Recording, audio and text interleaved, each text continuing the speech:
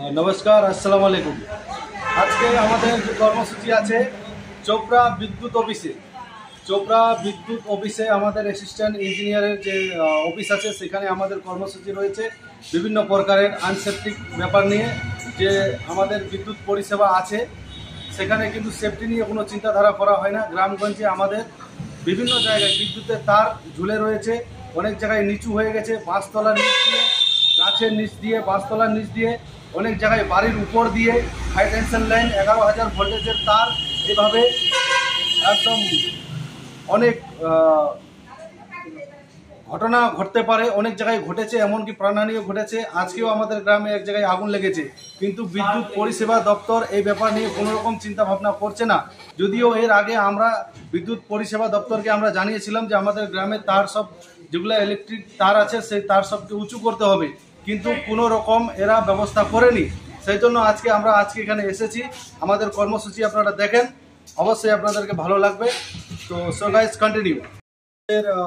এইসব খোলা তার থাকার কারণে অল্প ঝড় বৃষ্টি হলেই বিদ্যুৎ চলে যায়, ঘন্টার পর ঘন্টা বিদ্যুৎ আসে না, ফলে গরমের কারণে মানুষের অনেক অসুবিধা হয়। যদি দ্রুত কেবিলের ব্যবস্থা হয়ে যায় তাহলে ঝড় বাতাস হলেও তেমন বিদ্যুৎ যাওয়ার সম্ভাবনা থাকবে না এবং খুব ভালো হবে। তো এই জন্য আপনাদেরকে জানিয়ে রাখলাম।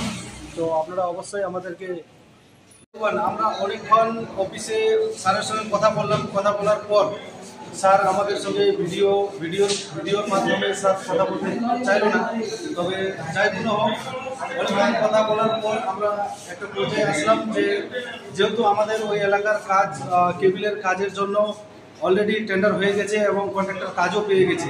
তো স্যার আমাদের এখানে যে অফিসার আছে ইলেকট্রিক ডিপার্টমেন্টের assistant engineer and assistant manager, তিনি কিন্তু নিজেই সেই কন্ট্রাক্টরকে ফোন করলো এবং আমাদের সঙ্গে কথা বলালো। আমি নিজেও কথা বললাম। তিনি বলেছে যে বৃষ্টির কারণে কাজটা তিনি সম্পূর্ণ করতে পারে নাই। বৃষ্টি শেষ হলেই পূজার পরে, সামনে কিন্তু দুর্গাপূজার পরে কিন্তু তিনি কেবিলের কাজগুলো শুরু করবে। তো আমি কন্ট্রাক্টরকে জানিয়ে দিলাম যে আপনি পূজার পরে তাড়াতাড়ি দ্রুত কাজ শুরু করার ব্যবস্থা করেন, যেহেতু আমাদের গ্রামগঞ্জের লোক খুব আতঙ্কে রয়েছে, খুব আনসেফটিকে রয়েছে। কোথাও বাঁশতলার নিচ দিয়ে, তো কোথাও বাড়ির উপর দিয়ে, তো কোথাও তার ঝুলে রয়েছে, এমন দুর্দান্ত অবস্থায় রয়েছে যে মানুষ মর্মান্তিক ঘটনা ঘটতেও পারে, এমনকি অনেক জায়গায় প্রাণহানিও ঘটেছে এই বিদ্যুতের তার নিয়ে। তো এইভাবে খোলা তার রাখা যাবে না, দ্রুত কেবিলের ব্যবস্থা করতে হবে বিদ্যুৎ পরিষেবা দপ্তরকে, এটাই আমাদের দাবি ছিল।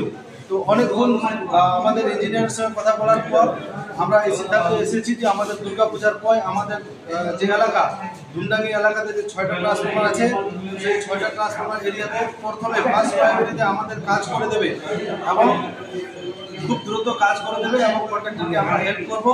তিনি নিজে এসে আমাদের এলাকায় সমস্ত ওপেন যেগুলো তার আছে সেই ওপেন তারগুলোকে সরিয়ে কেবিলের তার করবে, খুব দ্রুত করবে। এটাই আমাদের কর্মসূচি ছিল। আগামী দিনে আরও আমরা ভালোভাবে চেষ্টা নিয়ে আসবো। তো দুর্গাপূজার পরে যদি কেবিলের কাজ আরম্ভ না হয় তো আমরা বিক্ষোভ প্রদর্শনে নেমে পড়বো। আপনারা সহযোগিতা করবেন, সেই জন্য আপনাদের কাছে আমাদের অনেক অনুরোধ থাকলো। So guys, thank you. Continue like, comment and share করবেন।